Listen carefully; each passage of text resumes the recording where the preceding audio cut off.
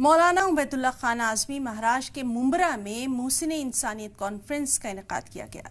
जलसे से साबिक रुकन पार्लिमान मौलाना उबैदुल्ला खान आज़मी ने खिताब किया और मुसलमानों के खिलाफ हो रहे मजालिम पर सरकार पर जमकर निशाना साधा।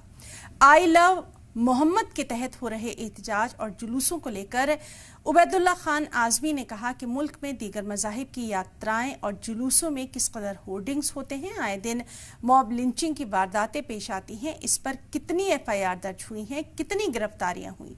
सिर्फ आई लव मोहम्मद का बैनर पोस्टर लगाने या जुलूस नफरत क्यों, ये सरकार मोहब्बत मुखालिफ और नफरत को फरोग देने वाली है। मौलाना उबैदुल्ला खान आज़मी ने मुस्लिम नौजवानों से अपील की कि किसी किस्म के एहतजाज और जुलूस निकालने से पहले शहर के मुस्लिम लीडरान या कायदीन से सलाह मशवरा जरूर करें।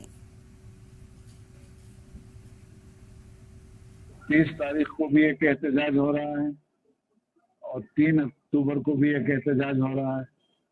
15 मिनट 9 बजे से लेकर 9:15 बजे तक लाइटें बिल्कुल बंद रखिए अपने घरों की, अपने दुकानों की 30 तारीख को, ताकि ये मैसेज जाए कि हम इस अंधे कानून के खिलाफ ये एहतजाज कर रहे हैं। उसी तरह 3 तारीख को जुमा के दिन 3 अक्टूबर को फजर के वक्त से लेकर जुमा के वक्त तक कारोबार बंद रखिए, दुकानें बंद रखिए।